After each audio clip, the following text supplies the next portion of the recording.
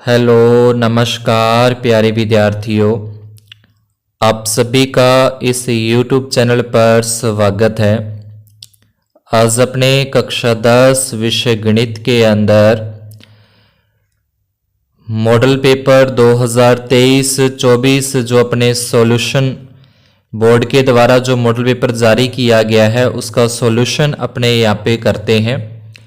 ये कक्षा 10 विषय गणित के लिए है और पेपर का टाइम आपको पता ही है कि 3 घंटे और 15 मिनट का रहता है।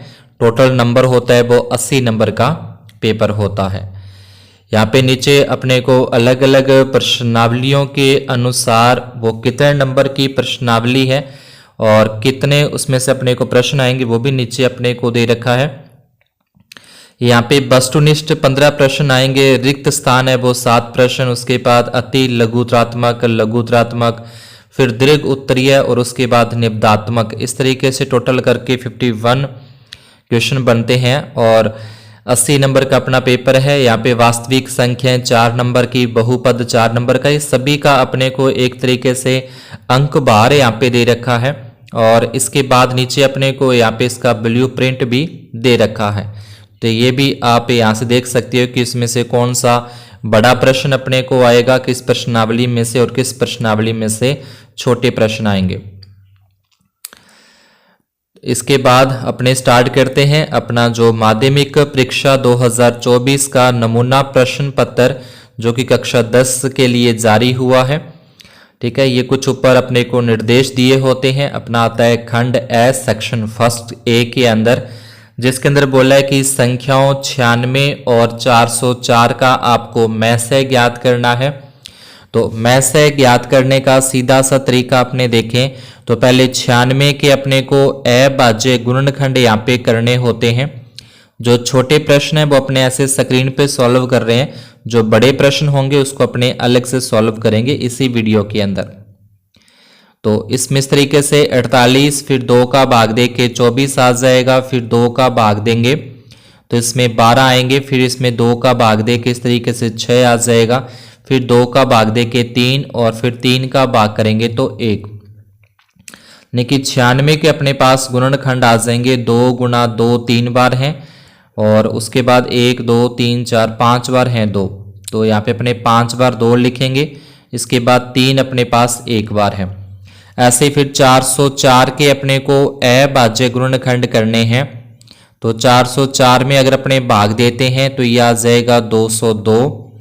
इसमें फिर अपने अगर 2 का भाग देते हैं तो अपने पास आता है 101 आता है। अब 101 के अंदर 101 का ही भाग दें तो 1 पे जाएगा। तो इसके जो गुणनखंड अपने पास बनेंगे 2 गुणा 2 और गुणा में 101 लिख लेते हैं। में से मतलब HCF ज्ञात करना है, HCF। ठीक है, तो HCF जो कॉमन होता है वो, तो इसका जो अपने पास आंसर आ जाएगा 2 गुणा 2 मतलब 4। तो इसका जो में से अपने पास आता है वो इस तरीके से 4 पे अपने को टिक करना है, जो कि 10 नंबर के अंदर अपने को दे रखा है। उसके आगे दूसरा प्रश्न जो अपने देखें, दूसरे प्रश्न के अंदर अपने को यहाँ पे दे रखा है, यदि बहुपद x² माइनस 2x माइनस 15 के शून्यांक a व b हो तो ab का मान ज्ञात करना है। तो ab शून्यांक इसके ab दे रखे हैं, तो शून्यांकों का अपने क्या करना है, ab का गुणा यहाँ पे अपने को ज्ञात करना है, जो कि अपने पास आ जाएगा 15 यहाँ पे अपने पास आते हैं। समीकरण बनती है वो होती है कि x² आ जाता है, उसके बाद शून्यांकों का योगफल आता है, यहाँ पे शून्यांकों का योगफल और साथ में x होता है, फिर शून्यांकों का गुणनफल अपने पास होता है। तो शून्यांकों का गुणनफल यहाँ पे माइनस के 15 है, तो इसका ब नंबर ऑप्शन अपना टिक करना है। नेक्स्ट तीसरे प्रश्न के अंदर औसत या माध्य इसका ज्ञात करना है, तो इन सभी को अपने प्लस करेंगे पहले। तो इन सभी संख्याओं को प्लस किया जाए तो 5 10 और 10 हो जाएंगे 20, और कितनी संख्याएं हैं उसका भाग दिया जाता है औसत निकालने के लिए, माध्य निकालने के लिए। तो 5 का भाग देंगे, 20 में 5 का भाग देके 4 अपने पास आंसर आता है। चौथा पॉइंट है 2x प्लस वाई बराबर 6 हो तो इसे संतुष्ट करने वाला युग्म इनमें से बताना है। ताकि x और y का कौन सा मान ये रखा जाए कि इसका जो उत्तर है वो अपने पास बराबर में 6 प्राप्त हो। तो इसके लिए जैसे अपने 6 नंबर ऑप्शन अगर इसमें रखते हैं तो 6 नंबर ऑप्शन रखेंगे तो ये 2 तो अपने को दे रखा है, ये 2 लिखा है समीकरण के अंदर, x का मान भी अपने 2 रख दें, यहां से जो मान है 2, फिर प्लस y का मान भी अपने 2 रखते हैं तो 2 को 2 से गुना करें 4 और प्लस में ये 2 करें तो 6 आता है। तो इसका 6 नंबर ऑप्शन अपने को टिक करना है। इसके बाद 5th नंबर के अंदर है यदि AP का प्रथम पद 6 है और सारवंतर 3 है तो AP होगी। तो AP अपने पास 6 पहला आ जाएगा, फिर 3 3 का सारवंतर करके ये चल रही है तो इसका ए नंबर अपने को फर्स्ट ए नंबर इसमें टिक करना है। 6 नंबर के अंदर है निम्न में से कौन सी समरूपता की कसौटी नहीं है। तो इसमें दे रखा है अपने कौन कौन दे रखा है, उसके बाद भुजा भुजा भुजा दे रखा है, उसके बाद कौन भुजा भुजा दे रखा है। तो ये लास्ट वाली जो अपने पास है ये सही नहीं दे रखी, द नंबर जो है अपना वो सही नहीं है समरूपता की कसौटी के लिए। 7वां है बिंदु दे रखे हैं ए और बी, तो ए बी का मध्य बिंदु अपने को बताना है। तो मध्य बिंदु या इसका जो मिड पॉइंट होता है तो उसको निकालने का फॉर्मूला है कि x1 प्लस x2 और बटे में 2 आता है। तो x1 का मान यहाँ पे 4 और x2 का मान यहाँ पे 0 है तो ये हो जाएगा 4 प्लस 0 बटे में 2, 4 में 0 जोड़ें 4 और 2 का भाग दें तो 2 आता है। ऐसे ही फिर दूसरा y1 प्लस y2 बटे 2, तो y1 का मान 0, y2 का मान 4, तो वो सेम ही इसके अंदर आ जाएगा यानी कि 2 और 2 जो कि अपना 6 नंबर सही बैठता है। तो इसका C नंबर या 6 नंबर अपना टिक करना है। 8वें पॉइंट के अंदर त्रिभुज ABC में समकोण B समकोण है तथा कोस A का मान यहाँ पे अपने को दे रखा है 3/5, तो साइन A का मान निकालना है। तो साइन क्या होता है, वैसे तो अगर इसमें पाइथागोरस प्रमेय लगा के भी अपने निकाल सकते हैं, पर इसको अगर अपने शॉर्ट में करें कि साइन स्क्वायर बराबर होता है 1 माइनस कोस स्क्वायर A होता है।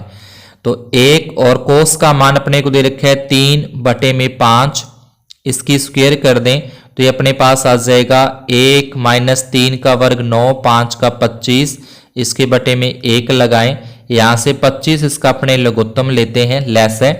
उसके बाद क्रॉस मल्टीप्लाई तिरछा गुणा करें तो 25 माइनस 9, 25 में से 9 घटाएंगे तो आते हैं 16 बटे में 25, साइन के ऊपर से स्क्वायर हटा देंगे तो रूट आ जाएगा, 16 का 4 होता है और 25 का 5 जो कि ब नंबर के अंदर सही आता है।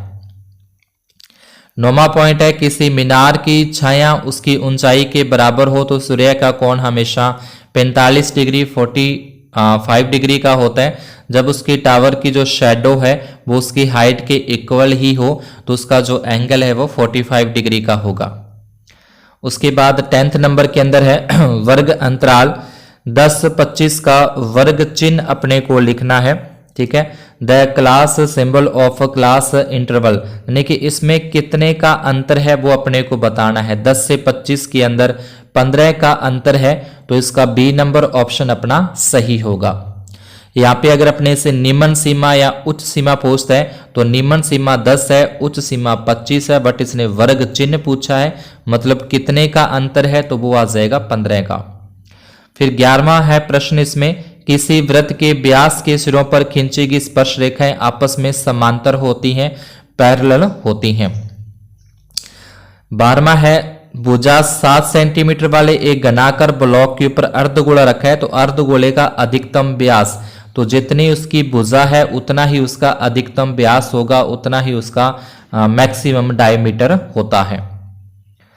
फिर आगे 13वें पॉइंट के अंदर एक वृत्त के प्रत्येक चतुर्थांश के कोण का मान, तो चतुर्थांश का जो कोण होता है 90 डिग्री का होता है, क्वाड्रेंट ऑफ सर्किल जो होता है वो 90 डिग्री का होता है। आगे 14वें पॉइंट के अंदर है एक पासे को उछाले जाने पर 6 से बड़ा अंक आने की प्रायिकता, तो पासे पर 6 से बड़ा कोई अंक होता ही नहीं तो उसकी प्रायिकता 0 होगी, उसकी जो प्रोबेबिलिटी है वो 0 होगी। तो ए नंबर इसका ऑप्शन सही है। आगे है समांतर श्रेणी अपने को दे रखी और इसका अपने को 11वां पद है, वो बताना है कि इसका 11वां पद है वो क्या होगा। तो 11वें पद का सॉल्यूशन करने के लिए इसको अपने लिखा जाएगा यहाँ पे A11 लिखा जाता है, जो कि अपने पास हो जाएगा A प्लस 10D। ए का मान अपने को दे रखा है प्रश्न में -3, पहला पद वो -3 है।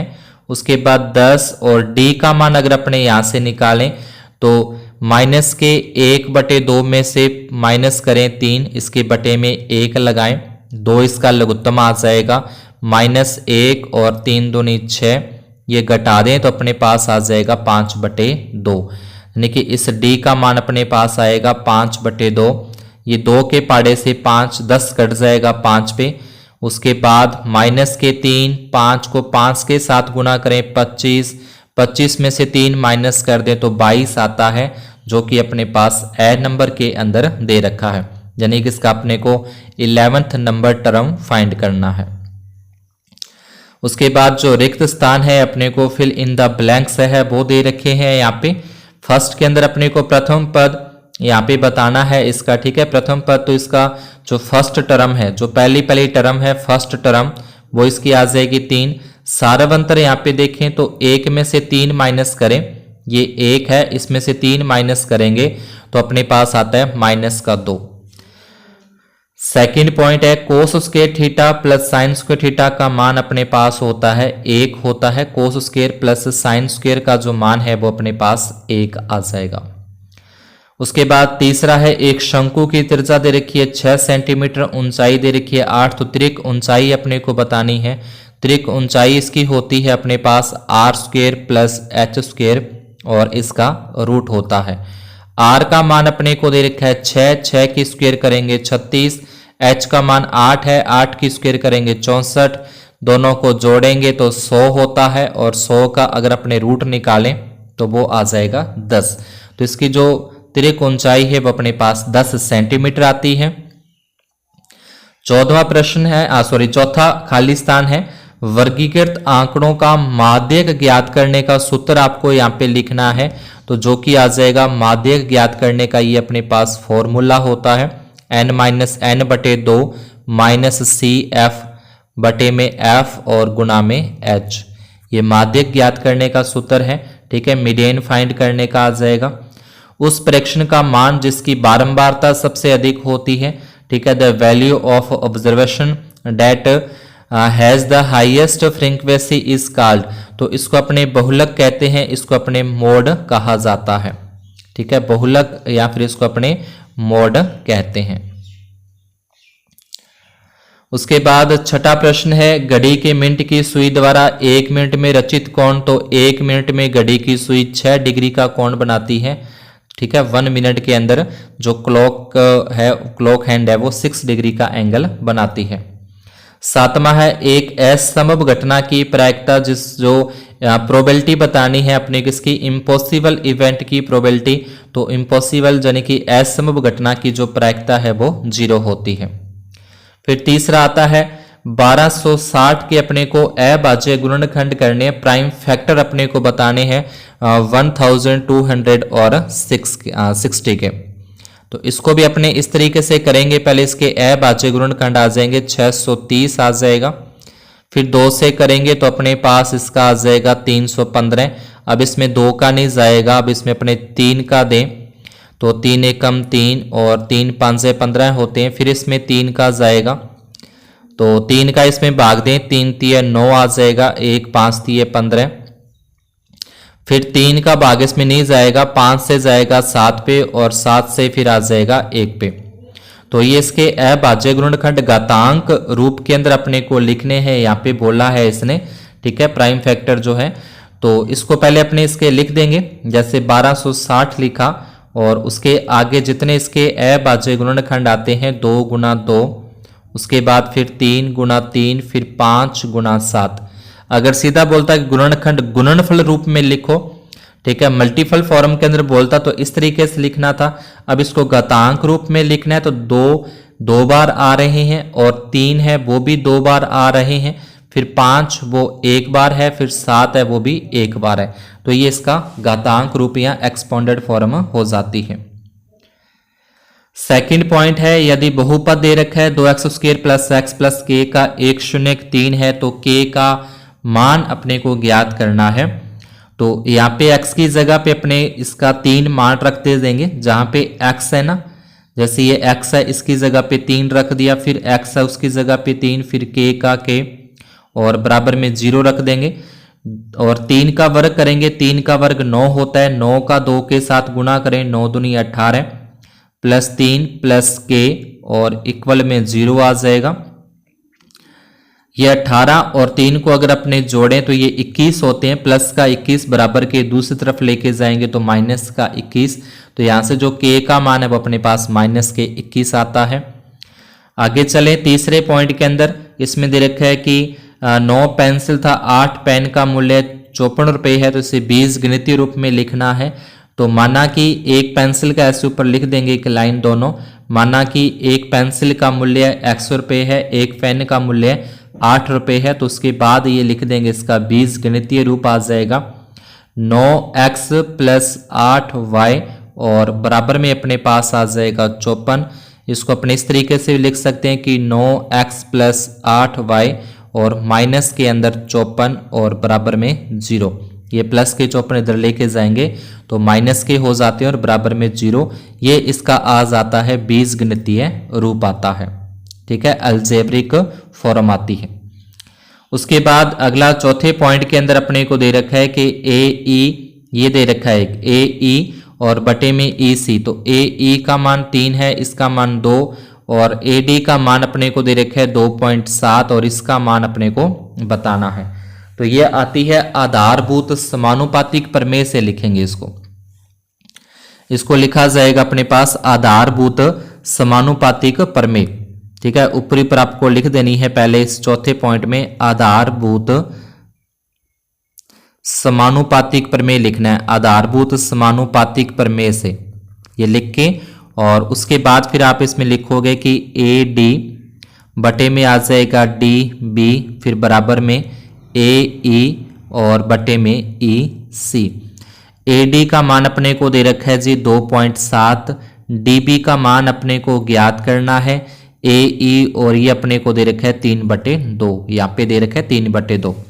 इसका अगर अपने तिरछा गुणा करें डी बी का तो इस 3 के साथ गुणा करें तो ये हो जाएगा अपने पास 3, उसके बाद डी बी, फिर बराबर में 2 का 2.7 के साथ तिरछा गुणा करें तो ये अपने पास आ जाएगा 5.4।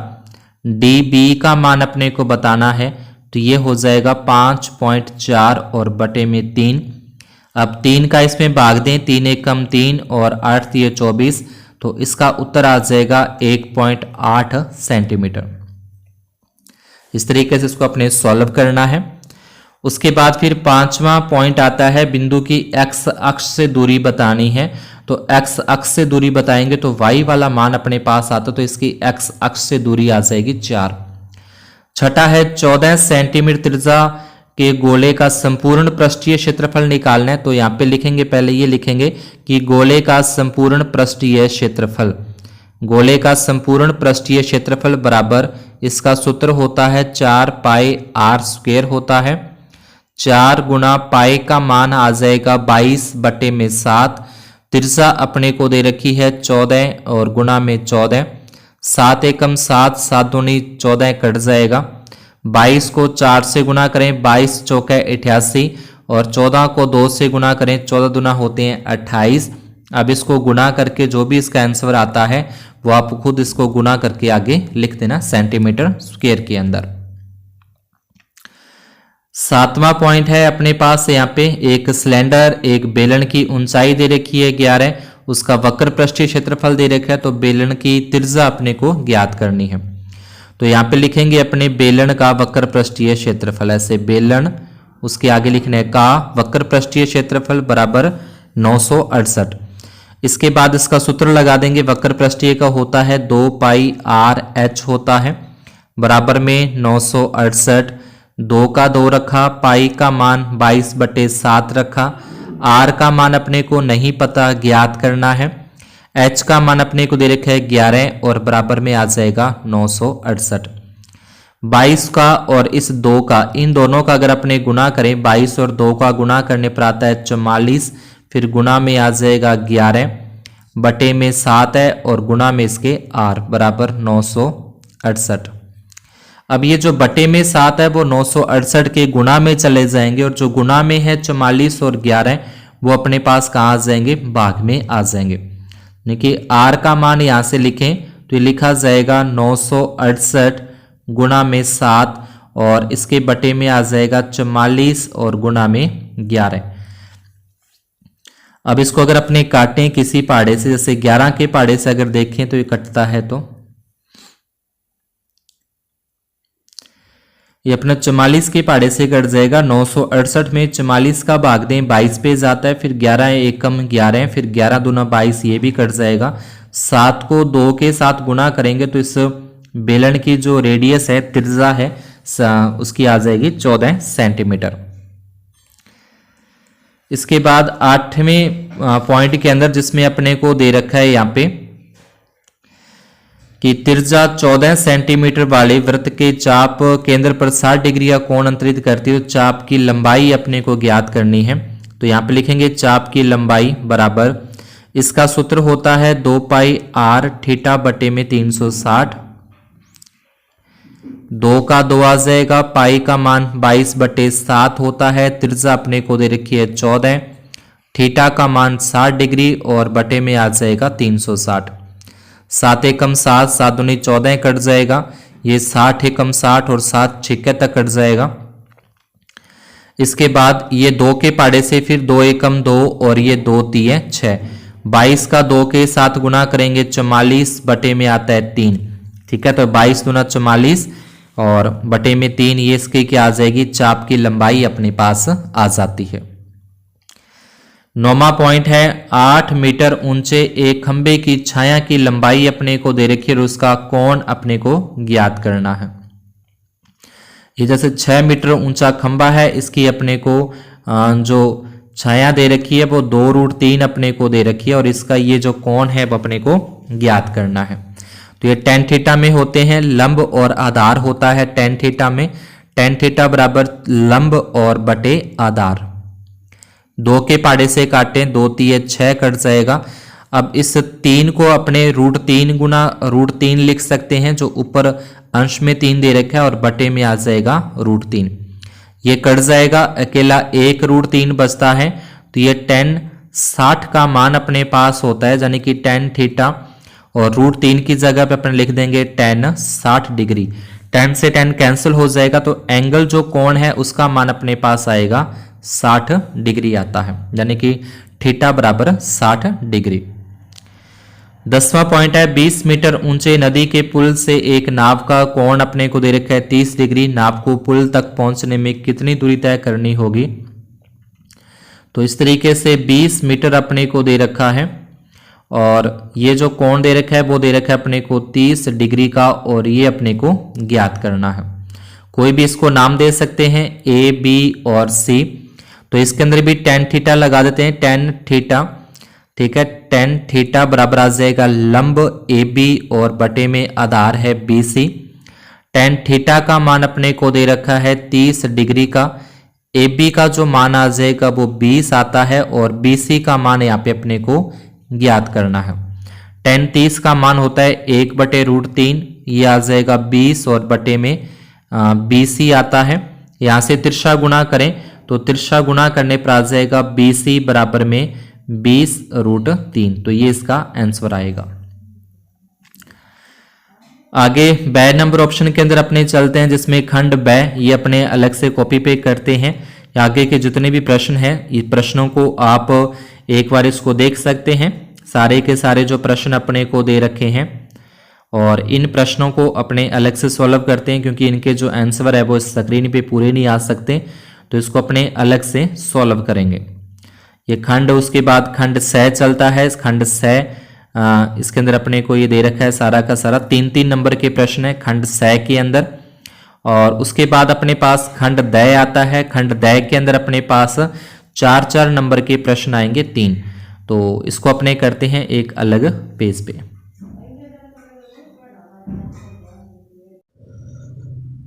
अब अपने आगे के जो बचे हुए प्रश्न है उनको 1 बाय 1 करके सॉल्व करते हैं। जैसे कि प्रश्न संख्या 4 अपने को पेपर में दे रखा है कि सिद्ध कीजिए कि √2 एक अपरिमेय संख्या है।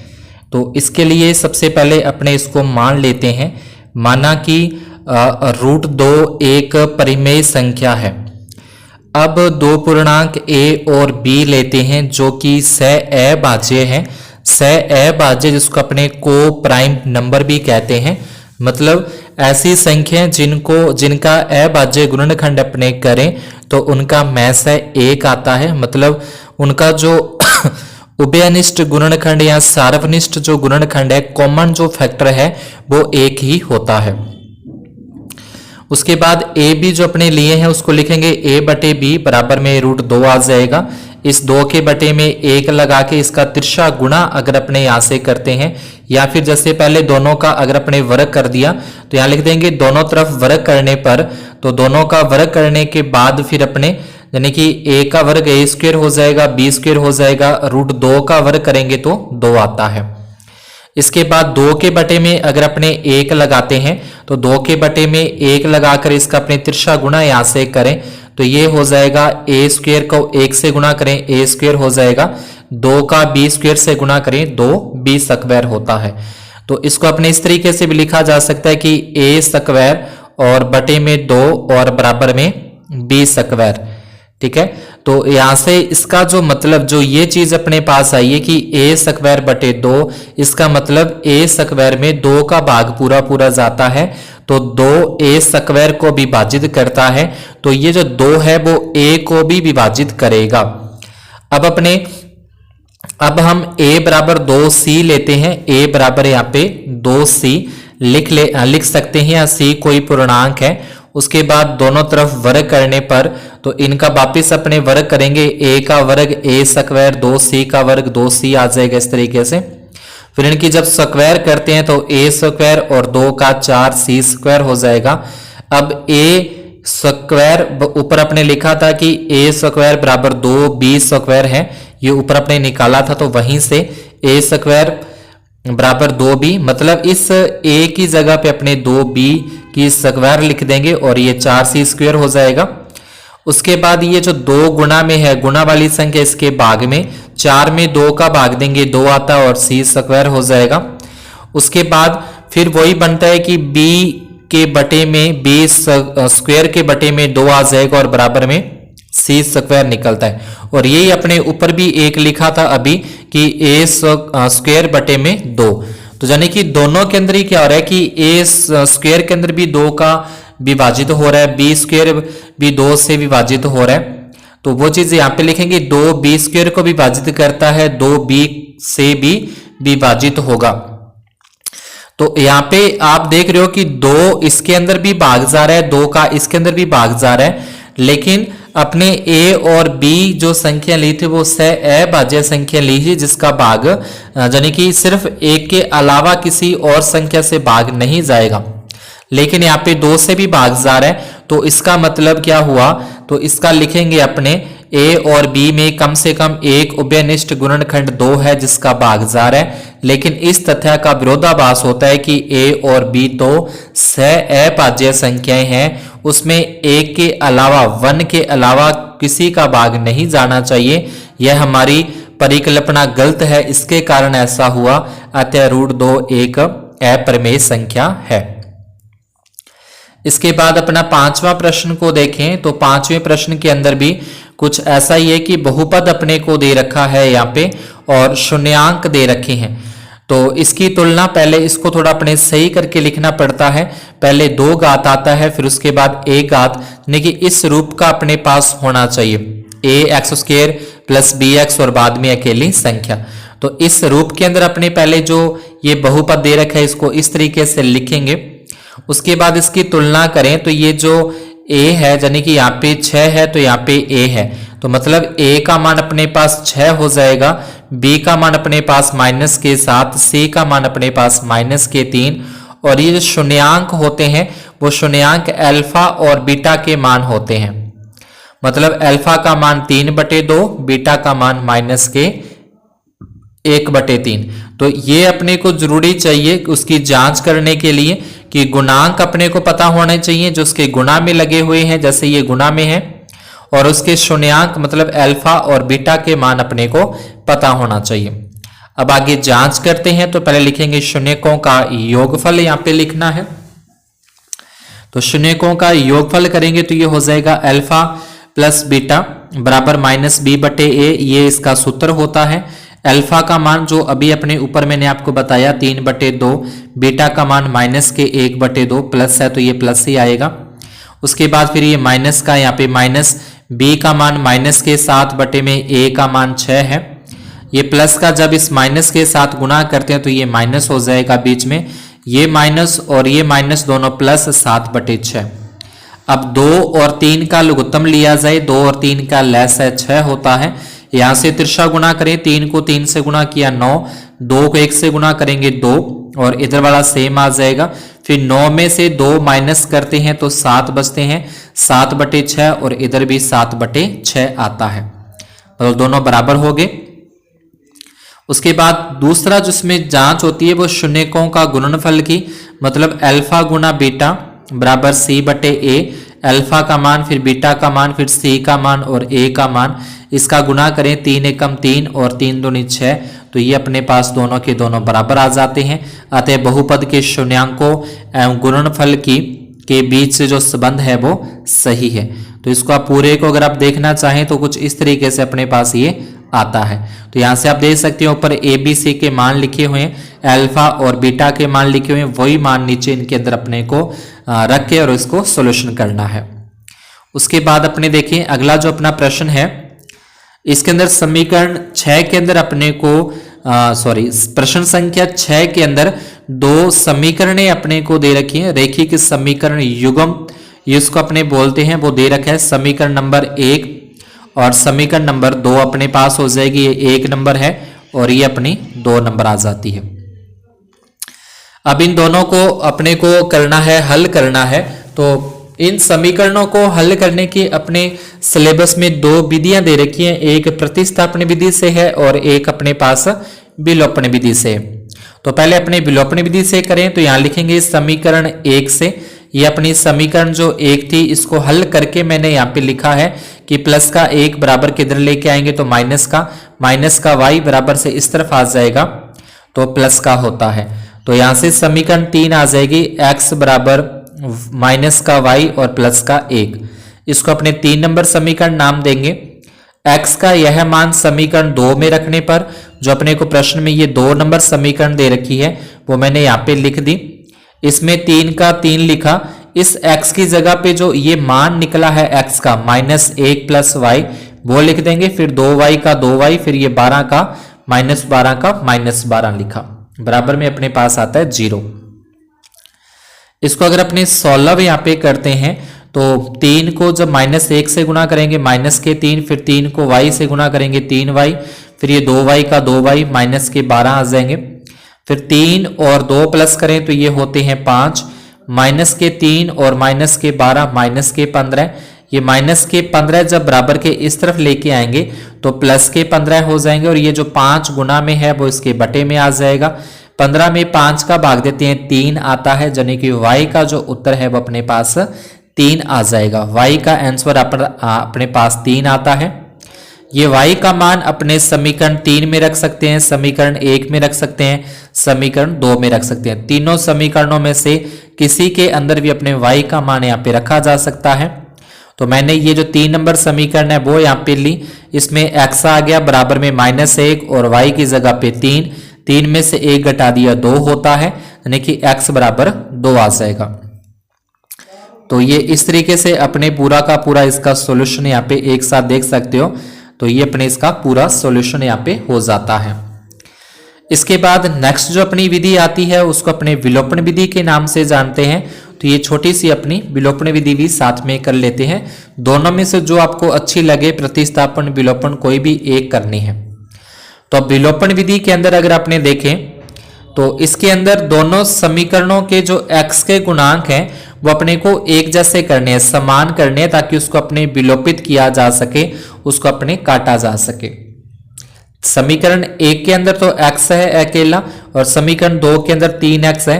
तो समीकरण 1 को अगर अपने 3 से गुणा कर दे तो 3x हो जाएगा, ये 3y हो जाएगा, 3 एकम 3 हो जाएगा। यानी कि गुणांक समान करने के लिए अपने समीकरण 1 को 3 से गुणा करने पर, तो समीकरण 3 को ये अपने गुणा करके लिख दिया। ये उसके नीचे समीकरण 2 अपने को दे रखी थी, ये प्लस का 3x माइनस का 3x कैंसिल होता है, माइनस के 3 और माइनस के 2 माइनस के 5, फिर 3 और 12 होते हैं 15 और बराबर में 0 आ जाएगा। प्लस के 15 बराबर के इस तरफ लेके आते हैं तो माइनस के 15, ये जो 5 गुना में थे वो इसके बटे में आ जाएंगे। 15 में 5 का भाग देंगे, y का उत्तर अपने पास 3 आता है। ये y का मान वापिस समीकरण 1 या समीकरण 2 में आपको रखना है। तो समीकरण 1 अपने यहाँ पे ली, इसमें जो y का मान निकाला था 3 वो रख दिया। 3 में से 1 घटाएंगे 2 बनते हैं माइनस के, और ये माइनस के 2 बराबर के दूसरी तरफ लेके जाएंगे तो अपने पास प्लस के 2 ये हो जाते हैं। तो माइनस का 2 बराबर से उधर लेके जाएंगे तो प्लस का 2 होता है। तो इस तरीके से अपने इसको विलोपन विधि को अपने x और y के मान निकलते हैं। 7वें प्रश्न के अंदर अपने को एक दे रखा है कि ABCD एक समलंब है जिसकी AB भुजा समांतर है CD के। मतलब ये जो इसकी AB भुजा है वो समांतर है CD के समांतर हैं दोनों। और सिद्ध अपने को जो करना है वो मैंने यहाँ पे लिख लिया कि ये अपने को सिद्ध करना है। एक रचना इसमें की है कि ये एक समांतर रेखा अपने खींची है OE। अब OE CD के समांतर है, CD के समांतर है तो ये AB के भी समांतर होगी, क्योंकि AB और CD समांतर है और इसके समांतर ये भुजा अपने खींची है। तो तीनों भुजाएं ये क्या हो जाएंगी, समांतर। इसको मैंने यहाँ पे लिख दिया रचना के अंदर, OD समांतर CD खींची, अतः OE समांतर CD समांतर AB। अब इसमें अपने को थैलेस थ्योरम का प्रयोग करना है, जब इसको अपने आधारभूत समानुपातिक प्रमेय कहते हैं। तो इसके अंदर एक तो ये अपने पास आ जाएगी आधारभूत समानुपातिक प्रमेय। अगर अपने ये लें, इस त्रिभुज का नाम हो जाएगा यहाँ पे अपने ABD भी लिख सकते हैं, ADB भी लिख सकते हैं। तो इसके अंदर ये एक समांतर भुजा है, इसका बनेगा इधर से आधारभूत समानुपातिक AE बटे में ED, यहाँ अपने पास इसको DE लिख सकते हैं। और इस तरफ अपने पास यहाँ पे बनेगा BO और इसके बटे में अपने पास आ जाएगा DO। ये तो 1 नंबर समीकरण बनेगी। इस त्रिभुज से आप समझ गए होंगे आधारभूत समानुपातिक प्रमेय से इसको किया है। उसके बाद जो दूसरा त्रिभुज अपने लें तो दूसरा त्रिभुज कुछ इस तरीके से ले सकते हैं। ये भी एक त्रिभुज आता है अपने पास, तो इसके अंदर ये समांतर भुजा हो जाएगी इस CD के, ठीक है। यहाँ पे अपने पास D बिंदु है और इसके बाद फिर इसको भी वैसे लिखना है, AE बटे में ED आ जाएगा और AO और बटे में OC आता है। तो ये दो नंबर समीकरण हो जाएगी। इसको अपने दोनों को कुछ इस तरीके से लिख दिया है यहाँ पे, दोनों अलग अलग त्रिभुज लेके, ताकि समझने में आसानी रहे। तो पहले ADB त्रिभुज के अंदर लिखेंगे AB समांतर है OE के, ये OBE होगी अपनी और ये AB। इसको लिखेंगे आधारभूत समानुपातिक प्रमेय से AE बटे ED बराबर BO और बटे में DO, समीकरण नंबर 1। उसके बाद जो मैंने आपको दूसरा त्रिभुज बताया था उसके अंदर आ जाएंगे तो ADC, और इसके अंदर भी सेम उसी तरीके से, ठीक है। ये पूरा का पूरा जो मैंने अभी आपको ऊपर बताया था उसी डायग्राम के ये छोटे छोटे अपने पार्ट किए हैं जो अपने मैंने ऊपर आपको पेन से करके बताए थे। अब इन दोनों समीकरणों से अपने देखें तो दोनों समीकरणें जो अपनी बनी है तो इन दोनों के अंदर देखें कि इस तरफ भी अपने AE और बटे में ED है, इस तरफ भी AE बटे ED है। तो यहां से ये दोनों क्या हो जाएंगे, आपस में बराबर हो जाएंगे। यानी कि ये दोनों इधर से बराबर हैं तो ये भी इधर से बराबर, यानी कि BO बटे में DO और बराबर AO बटे CO। समीकरण 1 और 2 से तिरछा गुणा करने पर इसका गुणा इसके साथ, इसका गुणा इसके साथ करें तो AO का DO के साथ गुणा हो जाएगा, BO का CO के साथ। अब जैसा अपने को सिद्ध करना है वैसा बनाना है तो AO बटे में आ जाएगा ये यहाँ पे BO, फिर ये CO आ गया और यहाँ से DO इसके बटे में आ जाएगा। यही अपने को सिद्ध करना था। 8वें प्रश्न के अंदर अपने को समदुरुस्त दे रखा है, x अक्ष पर वह बिंदु ज्ञात कीजिए जो बिंदुओं से समदुरुस्त हो, ऐसा अपने को प्रश्न में लिखा है। तो समदुरुस्त जब लिखा है तो अपने को एक इस तरीके से लाइन खींच के जिसके बीच में और शब्द लिखा है, जैसे एक बिंदु दे दे अपने को और उसके बाद अपने लिख दे और उसके बाद फिर दूसरा बिंदु लिखा हो, तो जहां पे और शब्द लिखा होगा वो दोनों बिंदु आपको सिरों पे रखने हैं, दोनों बिंदु सिरों पे रखेंगे। एक्स अक्ष बोला है तो x, 0 बिंदु लिया जाएगा।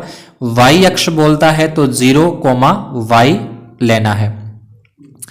समदुरुस्त है दूरी सूत्र से आ जाएगा, दूरी AO यानी कि ये वाली दूरी A से O और दूरी B से O यानी O से B या B से O, ये दोनों क्या है, समदुरुस्त है। समदुरुस्त का मतलब दोनों से बराबर दूरी है, दूरी है, इक्वल डिस्टेंस है। तो डिस्टेंस फॉर्मूले से दूरी सूत्र से अपने इसको लगाते हैं, ये दूरी का सूत्र। उसके बाद लिखेंगे दोनों तरफ वर्ग करने पर, वर्ग करने से इनके ऊपर से जो रूट का निशान आप देख रहे हो, वर्गमूल का निशान जो आप देख रहे हो वो हट जाएगा। अब इसमें सिंपली आपको सीधे इसके अंदर क्या करने हैं, अपने जो मान है वो इसके अंदर रख देने हैं।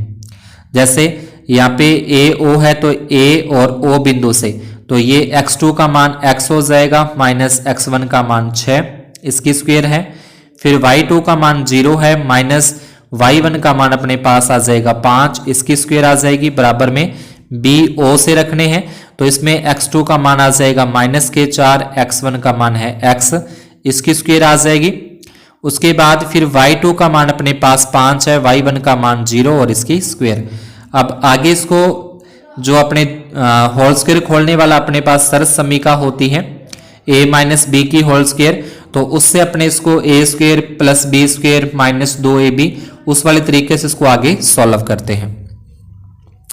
तो मान रखने के बाद इसको आगे अपने सॉल्व करना है, तो ये a square plus b square minus के 2ab, 0 में से अगर अपने 5 घटा दे तो ये माइनस के 5 की स्क्वायर हो जाएगी। इसके अंदर भी a square plus b square plus में 2ab और 5 में 0 घटाएंगे 5 की स्क्वायर, x की स्क्वायर करेंगे x स्क्वायर आ जाएगा, 6 की स्क्वायर 36, 2 का 6 से गुणा करें 12x, 5 की स्क्वायर करेंगे 25, ऐसे ही 4 की स्क्वायर 16, x स्क्वायर 2 चौके 8x, 5 5 25, प्लस का x स्क्वायर है, प्लस x स्क्वायर कैंसिल हो जाएगा, प्लस 25 से प्लस 25 कैंसिल हो जाएंगे। उसके बाद जो बचा 36 माइनस 12x और 16 प्लस में 8x, पक्षांतरण कर देंगे, माइनस के 12x इधर आके प्लस के 12x हो जाएंगे और प्लस के 16 इधर लेके जाएंगे तो माइनस के 16 होते हैं। पक्षांतरण करने के बाद इस तरीके से अपने पास आता है, तो ये 20 और ये 20x हो जाएगा। अपने को सिर्फ x का मान चाहिए तो 20 इसके बटे में चला जाएगा, 20 में 20 का भाग देंगे तो अपने पास 1 आता है। अतः वह जो बिंदु है वो 1,0 है। इसके बाद नेक्स्ट 9वें प्रश्न के अंदर, तो इसके अंदर अपने को दिया है त्रिभुज ABC में जिसका B अपने BC दे रखा है 7 सेंटीमीटर, AB भुजा अपने को दे रखी है 24 सेंटीमीटर और B जो है वो अपने को दे रखा है 90 डिग्री का। तो साइन A और साइन C का मान अपने को ज्ञात करना है। तो मतलब साइन A और साइन C, तो मतलब त्रिकोणमितीय प्रश्नावली है। 8.1 के अंदर पहला जो प्रश्न है वो अपने को यहाँ पे दे रखा है। तो इसके अंदर सबसे पहले अपने जैसे भुजाएं अपने को दे रखी है, उन भुजाओं के अनुसार अपने एक समकोण त्रिभुज की यहाँ पे रचना करते हैं। जैसे आप डायग्राम में देख रहे हो, इस तरीके से आपको एक त्रिभुज बनाना है। इनकी भुजाएं मैंने आपको लिख दी है, आधार कौन सा होता है, लंब कौन सा होता है, कर्ण कौन सा होता है। उसके बाद क्या करना है, उसके बाद अपने को पाइथागोरस प्रमेय लगानी है। पाइथागोरस प्रमेय होती है कर्ण की स्क्वायर बराबर आधार की स्क्वायर प्लस लंब की स्क्वायर। कर्ण का मान अपने को दे नहीं रखा तो इसकी जगह पे AC रख देंगे। आधार का मान अपने को दे रखा है 24, तो 24 की स्क्वायर हो जाएगी। लंब का मान अपने को दे रखा है 7, तो 7 की स्क्वायर होती है। इसके बाद इनकी स्क्वायर करने के बाद अपने यहाँ पे क्या करते हैं, जैसे आप यहाँ पे देख रहे हो इसकी अपने स्क्वायर की, तो 24 की स्क्वायर करेंगे तो 24 की स्क्वायर करने पर 576, 7 की स्क्वायर करने पर 49, दोनों को जोड़ें 625। इसके ऊपर से स्क्वायर हटाएंगे तो ये वर्गमूल का निशान, 625 का वर्गमूल प्लस माइनस के 25 सेंटीमीटर आते हैं, लेकिन अपने प्लस वाला ही इसमें लेके चलते हैं। तो जो कर्ण है वो AC का मान अपने पास आ जाएगा 25 सेंटीमीटर। उसके बाद अपने को साइन A, तो साइन क्या होता है, साइन अपने पास होता है लंब बटे में कर्ण, ये होता है। लंब BC है, कर्ण AC है। लंब का मान अपने को 7 दे रखा है, कर्ण का मान अपने 25 निकाला है, तो इसका उत्तर आ जाएगा 7/25। उसके बाद जो दूसरा प्रश्न अपने देखें, जो दूसरा पॉइंट है इसका, उसके अंदर अपने को साइन सी ज्ञात करने के लिए बोला है। तो जब साइन ए ज्ञात करना है तो ए कोण अपने यहाँ पे रखेंगे, जब सी ज्ञात करना है तो सी कोण अपना यहाँ पे आएगा, यानी कि जो कोण ज्ञात करना है वो कोण आप नीचे की साइड रख देना। तो इसके अनुसार इनकी भुजाएं भी बदलेंगी। ये जो ए बी भुजा 24 थी वो अब इस साइड हो जाएगी, बी सी भुजा अपने नीचे 7 आ जाएगी, कर्ण अपने ज्ञात किया 25। साइन है तो साइन होता है लंब बटे कर्ण, लंब का मान यहाँ पे 24 है, कर्ण का मान यहाँ पे 25 है, तो इसका उत्तर आ जाएगा 24/25 साइन सी का। 10वां प्रश्न है। 10वें प्रश्न के अंदर अपने को बोला है कि एक समतल जमीन पर खड़ी मीनार की छाया उस टाइम 40 मीटर अधिक लंबी हो जाती है जब सूर्य का कोण 60 से घटकर 30 डिग्री हो जाता है। तो इस तरीके से आपको एक मीनार बनानी है बिल्कुल सीधी। तो ये अपने पास यहाँ पे मीनार आ जाएगी और मीनार, और उसके बाद ये इसकी छाया की लंबाई हो जाएगी 60 डिग्री। जब इसका कोण 30 डिग्री होता है तो छाया उसकी 40 मीटर है वो ज़्यादा हो जाती है। और अपने को जो मीनार है उस मीनार की ऊंचाई ज्ञात करनी है, मतलब ए बी ज्ञात करना है। यूं कह लें कि समकोण त्रिभुज के अंदर अपने को लंब का मान ज्ञात करना है। आधार अपने को दे रखा है, लंब ज्ञात करना है। तो लंब और जो आधार हैं, तो लंब और आधार होते हैं अपने पास tan थीटा में। तो समकोण त्रिभुज ABC में tan थीटा बराबर लंब बटे आधार, tan थीटा का मान दे रखा है 60 डिग्री, AB का मान अपने को नहीं पता, BC का मान अपने को नहीं पता, tan 60 का मान अपने को पता है कि √3 होता है। ये सेम टू सेम वैसे ही आ जाएगा। इसके बटे में अपने 1 लगा के तिरछा गुणा करें तो 1 का AB से गुणा करेंगे AB, BC का √3 से गुणा करेंगे तो BC √3, समीकरण नंबर 1 देकर इसको छोड़ देते हैं। उसके बाद दूसरा समकोण त्रिभुज अपने पास बनता है। दूसरा समकोण त्रिभुज, तो ये पूरा का पूरा, ये पूरा अपना दूसरा समकोण त्रिभुज हो जाएगा। इस प्रश्नावली के अंदर अपने को सिर्फ समकोण त्रिभुज ही लेने हैं जिसके अंदर समकोण बनता हो। तो ये हो जाएगा ABD। इसके अंदर भी सेम तरीके से tan थीटा का मान अपने को दे रखा है 30 डिग्री का, और लंब अपने को नहीं पता AB। आधार इसका पूरा है, वैसे तो B से लेके D तक का ये अपना आधार हो जाएगा, लेकिन BD को अपने 2 हिस्सों में लिख देंगे, एक तो B से C और प्लस में 40। तो ये BC प्लस 40, tan 30 डिग्री का मान होता है 1/√3, ठीक है। और उसके बाद ये जो AB है, AB का मान अपने यहाँ से देखें तो AB बराबर BC √3 आता है, इसलिए अपने AB की जगह पे BC √3 लिख दिया और बटे में BC प्लस में 40 अपने को दे रखा है। अब यहाँ से इसको फिर तिरछा गुणा करें तो तिरछा गुणा करेंगे, 1 से गुणा करने पर सेम आ जाएगा, BC प्लस में 40, और उसके बाद √3 का अगर इसके साथ अपने गुणा करते हैं तो √3 को गुणा करने पर 3 आता है और साथ में अपने पास आ जाएगा BC। और उसके बाद इसको अपने पक्षांतरण करें, यानी कि प्लस का B है और BC है, उधर लेके जाएंगे तो ये माइनस का BC हो जाएगा। 3 BC में से 2 BC अगर अपने यहाँ पे माइनस करते हैं तो बचेंगे 2 बचेंगे, और बराबर में यहाँ पे दे रखा है 40। ये जो 2 गुना में है वो इसके बटे में चला जाएगा, 40 में 2 का भाग देंगे तो अपने पास आता है 20 आता है। और ये समीकरण 1 में जो BC का मान अपने 20 निकाला है वो समीकरण 1 में रखेंगे, तो वहां से अपने पास देखें समीकरण नंबर 1, इस BC का मान अपने रख देंगे 20, तो ये हो जाएगा 20 √3, यानी कि AB का जो मान है वो 20 √3 होता है, जो कि इस मीनार की ऊंचाई आ जाएगी। इसके बाद प्रश्न संख्या 11 के अंदर अपने देखें तो इसके अंदर वृत्त के सिरों पर खींची गई स्पर्श रेखाएं क्या होती हैं, समांतर होती हैं, वो अपने को सिद्ध करना है। तो पहले एक वृत्त खींचेंगे, उसका अपने व्यास खींचना है, और व्यास के दोनों सिरों के ऊपर अपने को जो सीधी बिल्कुल समांतर स्पर्श रेखाएं इस तरीके से AB और CD अपने को खींचनी है। तो सिद्ध करना है AB समांतर CD। तो पहले अपने को पता है कि जो स्पर्श रेखा होती है, जो त्रिज्या होती है वो लंब होती है, लंब का मतलब 90 डिग्री का कोण बनाती है। त्रिज्या ये होगी, सॉरी ये स्पर्श रेखा होगी अपने पास, और स्पर्श रेखा और जो त्रिज्या होती है वो क्या होती है, लंब होती है। तो वो लिखा है कि स्पर्श रेखा ए बी त्रिज्या ओ पी पर लंब है, तो इसको लिखा जाएगा ए पी, लंब आ जाएगा ओ पी, ए बी लंब ओ पी। तो लंब का मतलब होता है 90 डिग्री का मान होना। तो यानी कि ये जो ए पी ओ है, ठीक है, ए पी ओ कोण है वो हो जाएगा 90 डिग्री का। इसी प्रकार से ये जो कोण अपने देखें डी और क्यू ओ है, तो यहाँ ओ क्यू डी है, तो ये भी क्या हो जाएगा 90 डिग्री का। तो समीकरण 1 और ये समीकरण 2 दोनों से अपने को पता लग रहा है कि दोनों के दोनों कोण समान है, बराबर है। तो समीकरण 1 व 2 से ये बराबर में लिखना है 90 डिग्री। यह एकांतर कोण है, यानी कि इस तरीके से जो कोण बनता है अपना, उसको अपने एकांतर कोण कहते हैं। और एकांतर कोण बराबर होते हैं तो उसको एक तिर्यक रेखा काटती है। जब एकांतर कोण अगर बराबर हैं तो उन बराबर कोण है तो ये एक तिर्यक रेखा उसको काटती है, तब भी ये बराबर होते हैं। तो तिर्यक रेखा पी क्यू ने काटती है, अतः ए बी समांतर हो जाएगा सी डी। ये अपने को सिद्ध करना था।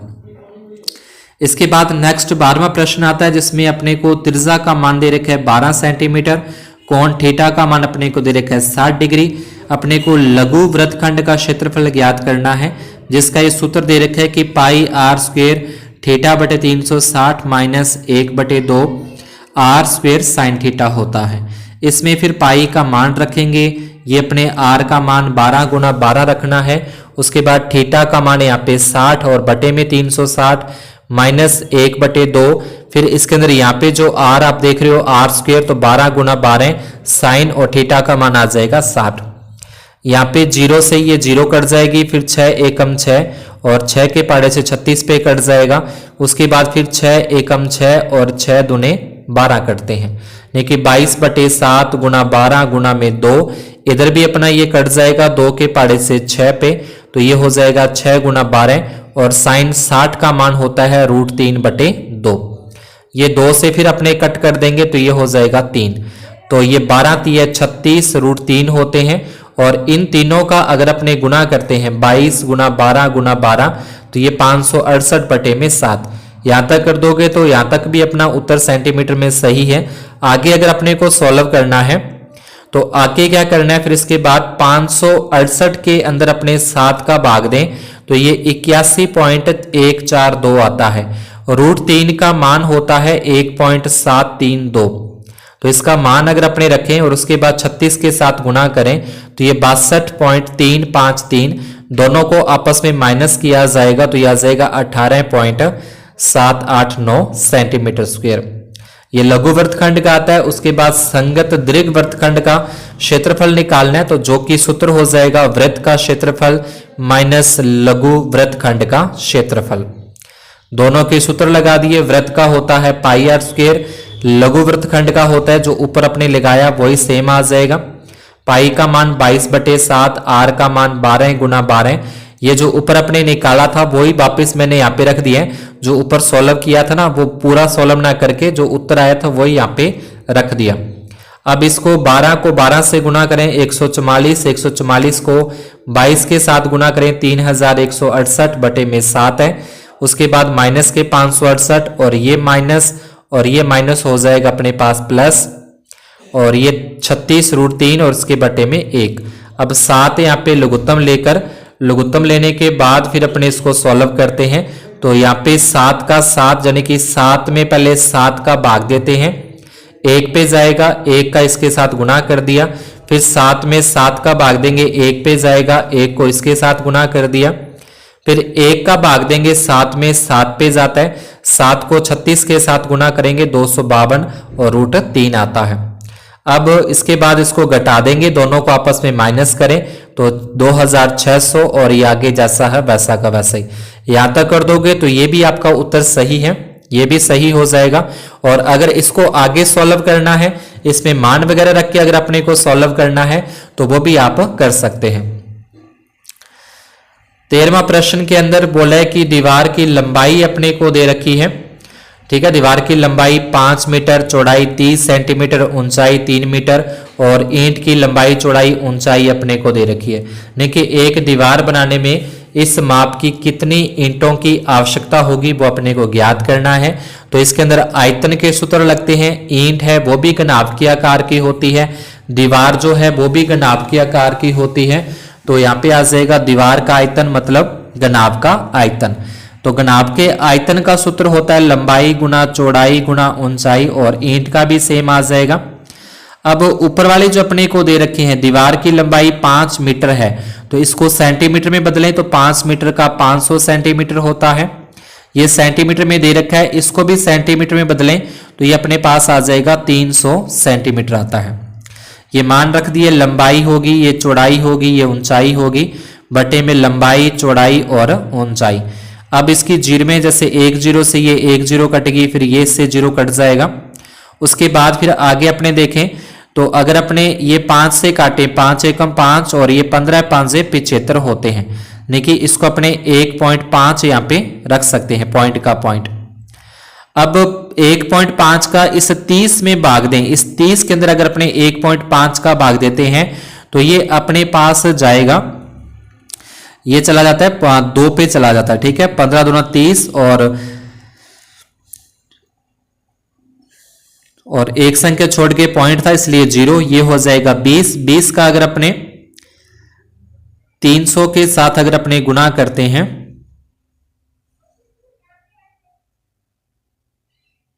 अगर अपने 300 से गुना करें तो ये हो जाएगा 600 6000, और बटे में यहाँ पे ये 2 बचा हुआ है तो इस 2 का भाग दे के अपने पास आ जाएगा 3000।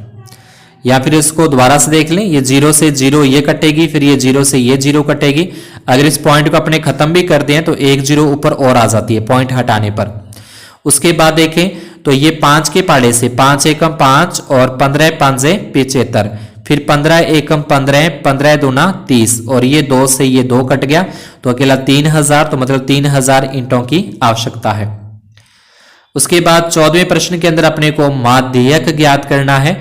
तो ये अपने को बारंबारता दे रखी है, इसकी संचय बारंबारता अपने को बनानी है। पहले 6 का 6 लिखेंगे, फिर 6 में 20 जोड़े 26, 26 में 24 जोड़ेंगे 50, 50 में 28 जोड़ेंगे 78, 78 में 15 जोड़ेंगे 93, फिर 93 में 4 जोड़ के 97, 2 जोड़ेंगे 99, 1 जोड़ेंगे तो 100, और इस पूरे का योग भी अपने पास 100 आता है। माध्यक निकालने के लिए अपने को निकालना है कि n/2, मतलब n का मान अपने को दे रखा है 100/2, 100 में 2 का भाग देंगे 50, 50 से ठीक अधिक संचय बारंबारता, तो 50 से ठीक अधिक संचय बारंबारता यहाँ पे 78 है। 78 के संगत पद का मान जो होता है 29, वो अपना क्या है, इसका माध्यक आता है। उसके बाद 15वें प्रश्न में दोनों पासों को फेंका जाता है, तो दोनों पासों को फेंके जाने पर समान अंक आने की प्रायिकता, ये प्रायिकता का सूत्र संभव परिणाम बटे में कुल परिणाम या अनुकूल परिणाम और बटे में कुल परिणाम। अब समान अंक का मतलब होता है जैसे 1 1 आना, 2 2 आना, 3 3, 4 4, 5 5, 6, तो ये टोटल जो संभव परिणाम है वो 6 होते हैं। तो इसकी प्रायिकता हो जाएगी संभव परिणाम 6 और कुल परिणाम है 36। 6 के पाड़े से काटेंगे तो 1/6।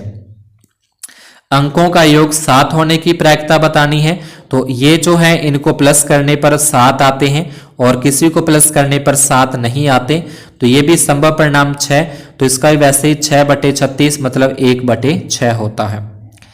इसके बाद अपना खंड 6 स्टार्ट होता है। खंड 6 के अंदर प्रत्येक प्रश्न अपना जो कि 3 नंबर का बनेगा।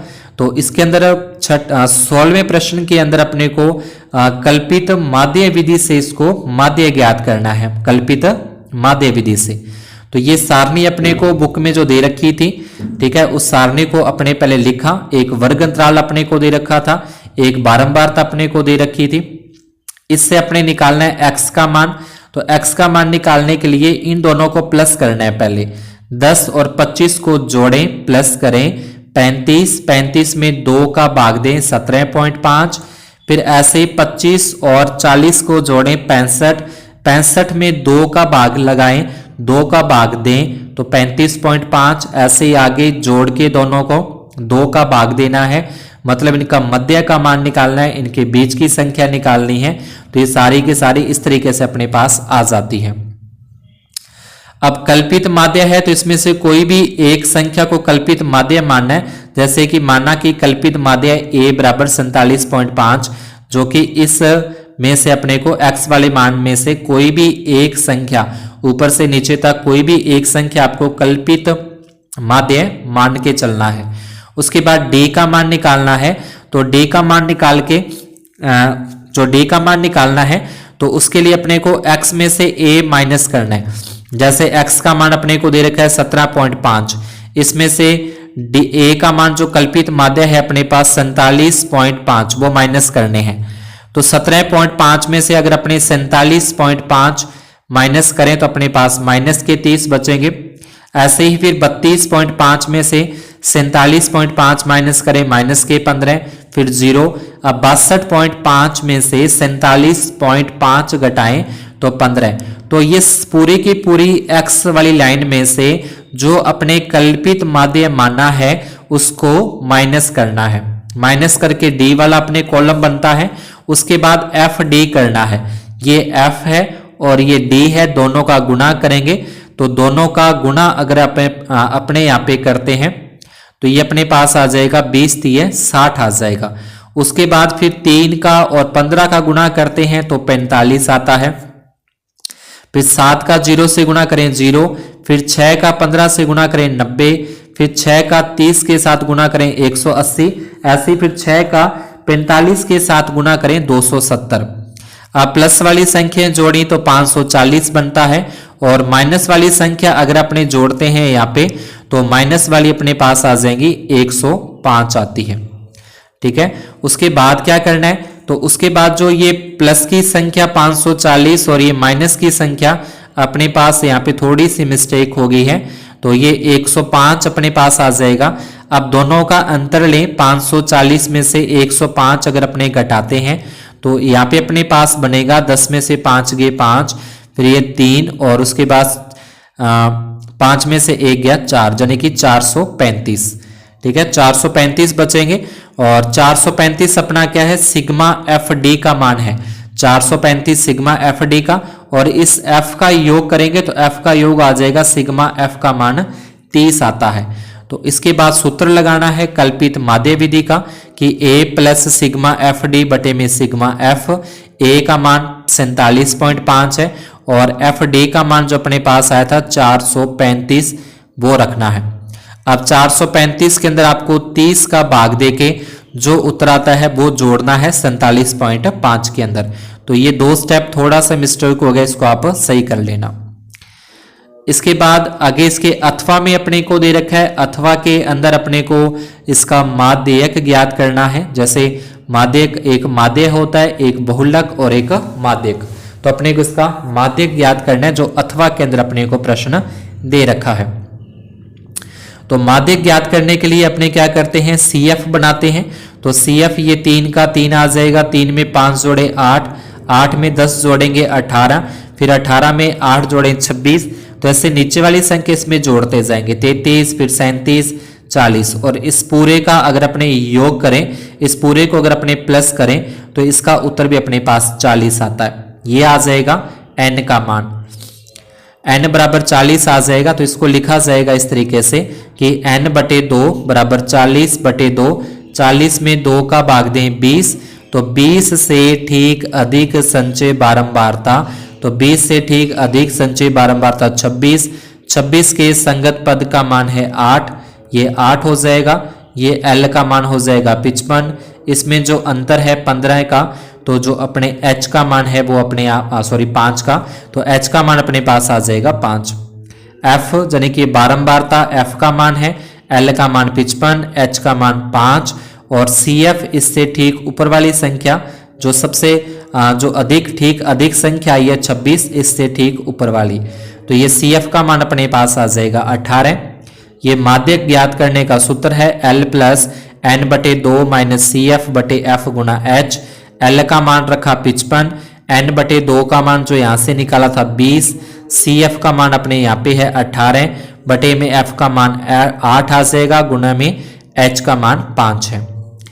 आगे इसको सॉल्व करें, 20 में से 18 घटा दें 2 होते हैं, गुना में 5 बटे में 8 और 55। 5 का 2 के साथ गुना करें 10 होता है, बटे में 8 आ जाएंगे। 10 में 8 का अगर अपने भाग देते हैं, 10 के अंदर 8 का अगर अपने भाग दें तो 8 एकम 8 और 2 बचे, पॉइंट लगा देंगे, 8 दूनी 16 और उसके बाद 4 बचेंगे और 8 5 40, मतलब 1.25। अब 55 में 1 जोड़ें 56 और 56.25 इसका माध्यक आता है। इसके बाद 17वां जो प्रश्न अपने को दे रखा है, तो 17वें प्रश्न के अंदर अपने को बोला कि प्रथम 100 प्राकृतक संख्याओं का योग ज्ञात करना है। यानी कि जैसे गिनती लिखते हैं वो प्राकृतक संख्याएं होती हैं, तो उनका अपने को योग ज्ञात करना है। तो Sn, तो ये लगातार क्रमागत संख्याओं का योग ज्ञात करने का सूत्र है n+1/2। n का मान मतलब कितने तक है, 100 तक है, 100 आ जाएगा। n का मान 100 + 1 और बटे में 2। अब ये 100 में 2 का भाग दें 100 के अंदर, तो ये जाएगा 50 पे। 100 में 1 जोड़ें 101, दोनों का गुणा किया तो ये आ जाएगा 5050। अथवा में दे रखा है, प्रथम पद दे रखा है, अंतिम पद an का मान दे रखा है 11, योगफल Sn का मान दे रखा है 36। तो इसके अंदर भी सूत्र लग जाएगा Sn = n/2 a + an। Sn का मान रखा 36, n का मान ज्ञात करना है, बटे में 2, a का मान 1, an का मान 11, 11 में 1 जोड़े 12 होते हैं और उसके बाद बटे में 2 का 2 ही रहा, 2 एकम 2 और 2 छिके 12 कट जाएगा।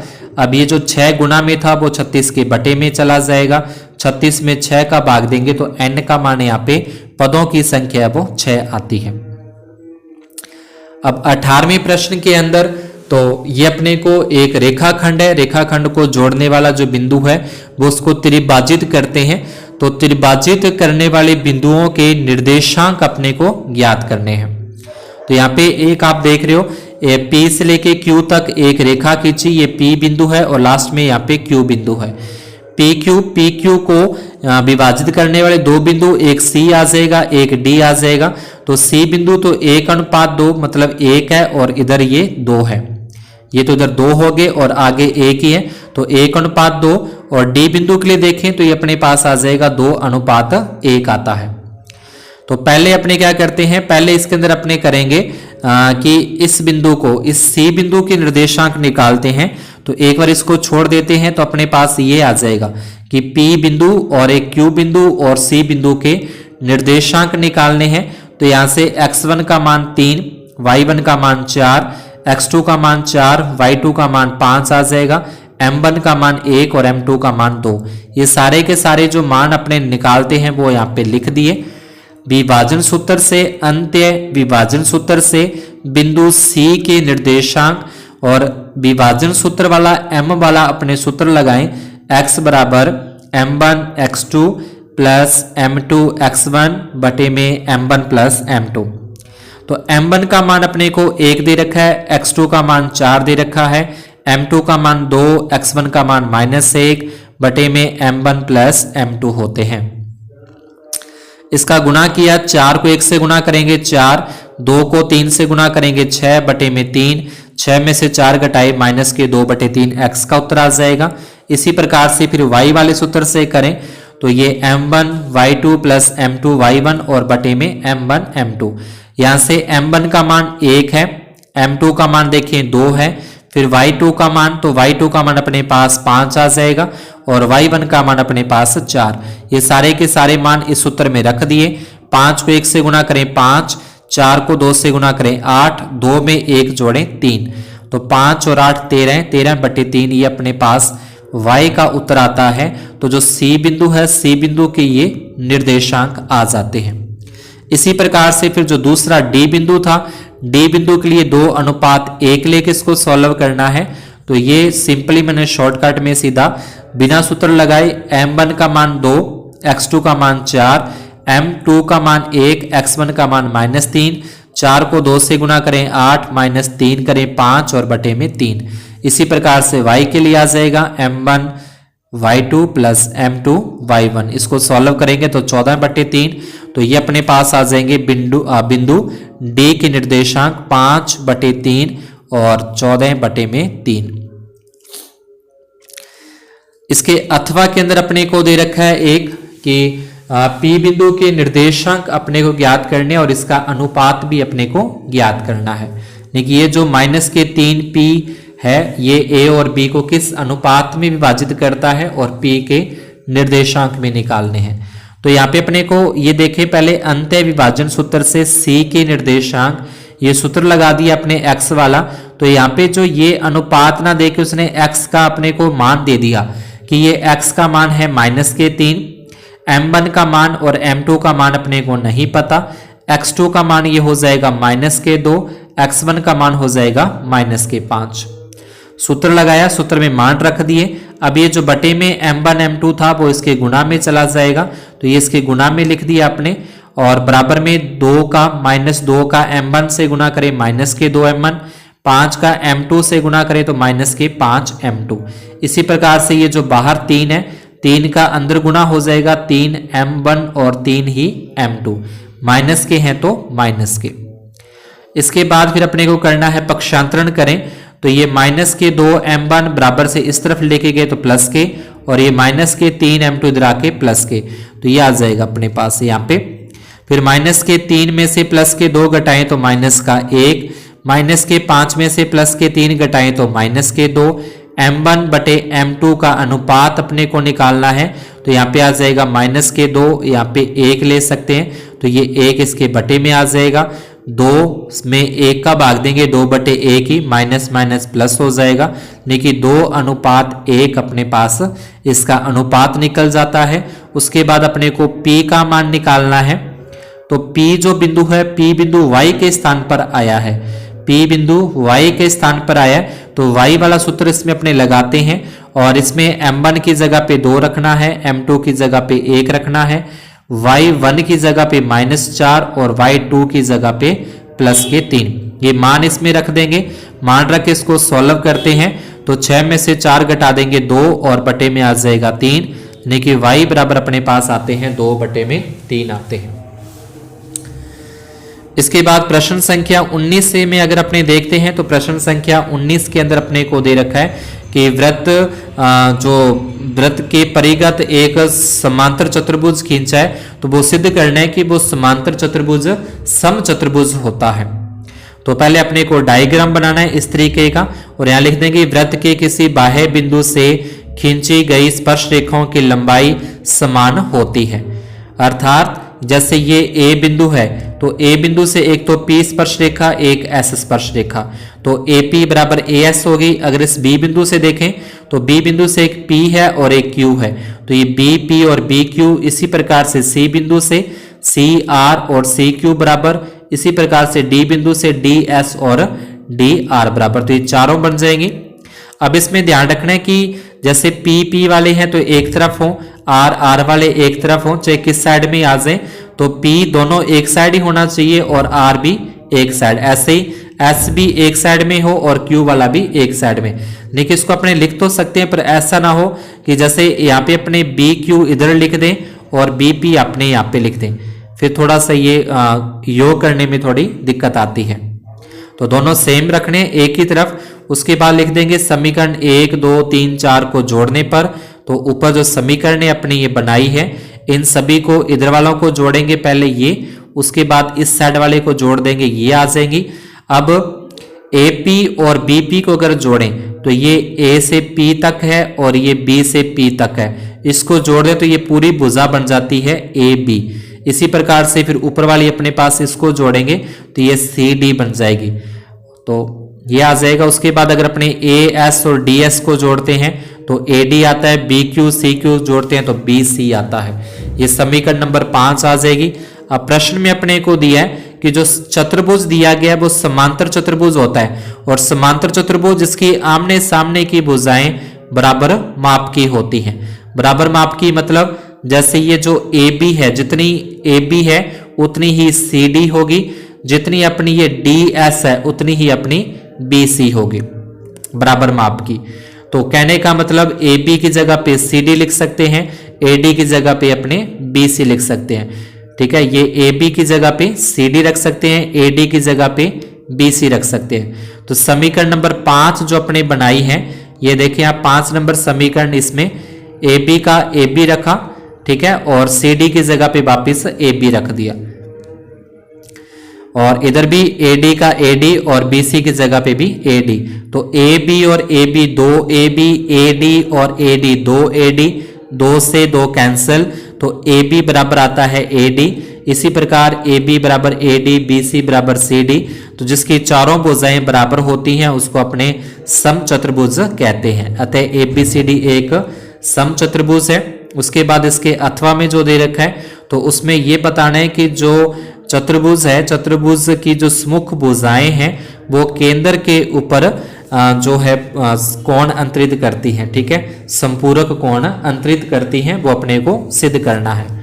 तो आप देख रहे हो ये एक चतुर्भुज है, चतुर्भुज की ये जो भुजाएं हैं, ये भुजाएं, और इधर से देखें ये जो भुजाएं हैं, तो ये इसके ऊपर क्या करती हैं, ये इसके ऊपर संपूरक होती हैं। संपूरक मतलब 180 डिग्री का कोण बनाती है, ठीक है, चाहे वो इस साइड की भुजाएं हो जाएं, यानी कोई भी आमने सामने की भुजाएं, जैसे ए बी और सी डी है, या फिर ए डी और बी सी है। तो ये अपने लिखना है, जो सिद्ध करना है। बाह्य बिंदु से वृत्त पर खींची गई स्पर्श रेखाएं केंद्र पर समान कोण अंतरित करती हैं। तो ये कोणों के नाम जिस तरीके से अपने कैसे भी लिख सकते हैं, कहीं से भी 1 2 3 4 स्टार्ट करके, तो इन सभी को यानी कि समान कोण अंतरित करती है, कोण जो स्पर्श रेखाएं होती हैं। तो इसमें स्पर्श रेखा कौन सी है, पहले तो वो देखें।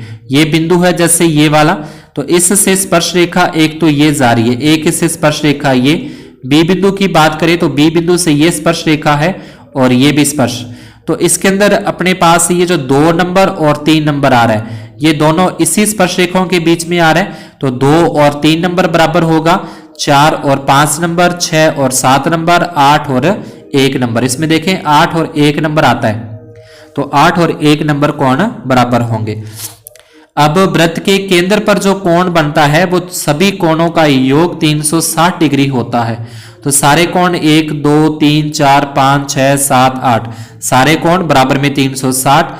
एक की जगह 1 लिखा, 2 और 3 की जगह पे 2, क्योंकि कोण 3 वो किसके बराबर है, तो कोण 3 वो कोण 2 के बराबर है। अब इसमें कौन सा कोण रखना है कौन सा नहीं, तो इसमें आप देख सकते हो, इसमें 1 और 2 आता है, एक तो 1 और 2 कोण रखने हैं, और इसके अंदर 5 और 6 कोण रखने हैं, यानी कि 5 नंबर और 6 नंबर। तो ये लिख देंगे कोण 1, फिर 2 2, फिर 5 5, फिर 6 6, और लास्ट में फिर 1 यहाँ पे 1 है। तो ये सभी 2 बार होते हैं, 1 यहाँ पे है, 1 यहाँ पे है, 2 बार हो गया। फिर ये 2 भी 2 बार है, 5 भी 2 बार है, 6 भी 2 बार है, तो सभी ये 2 बार आ गए। सभी से 2 बाहर कॉमन निकाल देंगे, कॉमन निकली हुई जो संख्या होगी वो इसके बटे में आ जाएगी, और 360 में 2 का भाग देंगे 180, और कोण 1 और 2 मिलकर बनाते हैं AOB, 5 और 6 नंबर मिलकर बनाते हैं DOC, बराबर 180 होता है। इसी प्रकार से AOD बराबर प्लस DOC होता है 180 डिग्री का। इसके बाद अपने खंड स्टार्ट होता है द, जिसमें सभी प्रश्न 4-4 नंबर के अपने को करने हैं, 4-4 नंबर के हैं। तो 20वें प्रश्न के अंदर बहुलक ज्ञात करना है। तो बहुलक ज्ञात करने के लिए अपने को सारणी दे रखी है। इसमें लिखा जाएगा सबसे अधिक बारंबारता वर्ग अंतराल, तो ये सबसे अधिक बारंबारता 61 है, ये वर्ग अंतराल 60 से 80 की है। तो इसमें ये F1 का मान आ जाएगा 61, ये F0 का मान, और ये F2 का मान। उसके बाद इसमें अंतर 60 और 80 में अंतर 20 का है, तो H का मान 20, L का मान 60। बहुलक ज्ञात करने का ये सूत्र है। इसमें L का मान रख देंगे 60, F1 का मान 61, F0 का मान 52, फिर 2 गुना 61, उसके बाद F0 का मान 52 है, F2 का मान 38 गुना में H का मान है 20। आगे इसको सॉल्व करें तो ये 60 का तो 60 आ जाएगा, 61 में से 52 घटाएं 9 बचेंगे, ये जो 20 था वो इसके गुना में, 2 का 61 के साथ गुना करें 122, 52 और 38 जोड़ेंगे 90, 20 का और 9 का गुणा करें 180 होता है, 122 में से 90 घटा दें 32 बचेंगे। इसकी तरीके 60 का ये 60 आ जाएगा, 180 में 32 का भाग दें 5.625 आता है, 60 में 5 जोड़ें 65.625, तो ये बहुलक ज्ञात हो जाता है। इसके अथवा के अंदर अपने को दे रखा है माध्य जेब खर्च 18 रुपए है, तो लुप्त बारंबारता एफ ज्ञात करनी है। तो इसकी अपने को सारणी इस तरीके से आपने बनानी है। माध्य ज्ञात करने की दो अपने को दे रखी है प्रश्न में। पहले अपने x का मान निकालेंगे, फिर fx का। इन दोनों को जोड़ें, 11 और 13 होते हैं 24। 24 में 2 का भाग दें 12, फिर 13 और 15 को प्लस करें, जोड़ें 28 होते हैं। 28 में 2 का भाग दें, अपने पास आता है 14। इसी प्रकार से आगे 16, 18, 20 और 22 और 24। फिर इन दोनों का गुणा करना है। 12 7 84, 16 6 84, 16 9 144, 18 को 13 से गुणा करें 234, 20 का f के साथ गुणा करें 20f।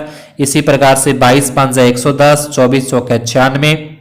फिर f का योग करना है, सिग्मा f आ जाएगा 44 प्लस में f और सिग्मा fx। इसमें 20 नहीं जोड़ना, बाकी सारी संख्याएं जोड़ें। 752 प्लस में 20f होते हैं।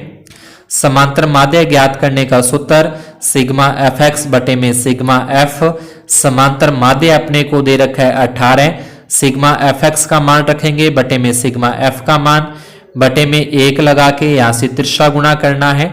तिरछा गुणा करें तो 18 का 44 के साथ, 18 का f के साथ, तो 792 प्लस में 18f बराबर में 752 प्लस 20f। इसके बाद पक्षांतरण करना है, तो पक्षांतरण कर देंगे इस तरीके से। दोनों घटाएंगे 40, इधर 20 में से 18 घटाएंगे 2। f का मान ज्ञात करना है, तो 2 इसके बटे में, 40 में 2 का भाग दे के अपने पास 20 इसका आंसर आता है। फिर 21वां प्रश्न अपने को दिया है कि दो क्रमागत धनात्मक पूर्णांक जिनके वर्गों का योग 365 है। तो वर्गों का योग अपने को दे रखा है 365। तो इसमें लिखेंगे माना कि दो क्रमागत धनात्मक पूर्णांक x और x प्लस 1 वर्गों का योग बराबर 365। दोनों की स्क्वायर कर दी, दोनों का वर्ग कर दिया। एक्स स्क्वायर ये हो जाएगा a square plus b square plus 2ab बराबर में 365। ये बराबर के अंदर की तरफ लेके आए तो माइनस के 365 हो जाएंगे। एक्स स्क्वायर और एक्स स्क्वायर हो जाएंगे अपने पास 2x स्क्वायर। ये 2x का 2x हो गया, 1 का 1। 365 में से 1 माइनस होगा तो 364 बचेंगे माइनस के। इन सभी के अंदर 2 से भाग जा रहे हैं, तो इसमें 2 का भाग करेंगे तो एक्स स्क्वायर x और 182। अब इसको गुणनखंड विधि से हल करें तो x के 2 टुकड़े करें जिसको जोड़ने घटाने पर 1 आए और गुणा करने पर 182। तो अपने ये आते हैं 14 और 13। ये 2 इसके गुणनखंड हो गए। अब इसमें से कॉमन लेंगे तो एक्स स्क्वायर और x में से x कॉमन आ जाएगा, तो x प्लस 14 बचता है। इसमें 13 का भाग जा रहा है, इसमें 13 का भाग जा रहा है। 13 यहाँ पे कॉमन, तो यहाँ पे बचेगा x प्लस 14। तो x प्लस 14 और x प्लस 14 दोनों में ही है, तो पुण्य x प्लस 14 कॉमन लिया और बाहर बचेंगे x माइनस 13। तो ये हो जाएगा x माइनस 13 बराबर में 0। अब एक बार x प्लस 14 बराबर 0 लेंगे तो x बराबर हो जाएगा माइनस के 14। अगर अपने x माइनस 13 बराबर 0 लेंगे तो x बराबर हो जाएगा प्लस के 13। ऋणात्मक मान को छोड़ देंगे तो अपना धनात्मक आ जाएगा 13। x का मान 13 है, यानी कि पहला धनात्मक पूर्णांक 13 है तो दूसरा धनात्मक पूर्णांक 14। इसके अथवा के अंदर अपने को दे रखे हैं आम की बगिया जिसकी लंबाई चौड़ाई से दुगनी हो और क्षेत्रफल 800 मीटर स्क्वायर है, तो क्या ऐसी आम की बगिया या आम का बाग बनाना संभव है? यहाँ नहीं। तो इसमें लंबाई जो है वो चौड़ाई से दुगनी है, इसलिए चौड़ाई को x माना, लंबाई दुगनी मतलब 2x हो जाएगी। आयत का क्षेत्रफल होता है लंबाई गुना चौड़ाई। क्षेत्रफल दे रखा है 800, लंबाई है 2x, चौड़ाई है x, दोनों का गुणा करें 2x स्क्वायर होता है। ये 2 गुना में था, इसके बटे में चला जाएगा। 800 में 2 का भाग देंगे 400, x के ऊपर से स्क्वायर हटाएंगे तो यह आ जाएगा रूट। 400 का जो वर्गमूल होता है प्लस माइनस के 20, लेकिन किसी की भी भुजा माइनस में नहीं आ सकती, इसलिए ऋणात्मक मान छोड़ने पर x का मान अपने पास आ जाएगा 20। यानी कि चौड़ाई 20 मीटर है तो लंबाई दुगनी मतलब 40 मीटर होगी। इसके बाद 22वां और लास्ट प्रश्न जिसके अंदर अपने को सिद्ध करने हैं त्रिकोणमिति प्रश्नावली में से।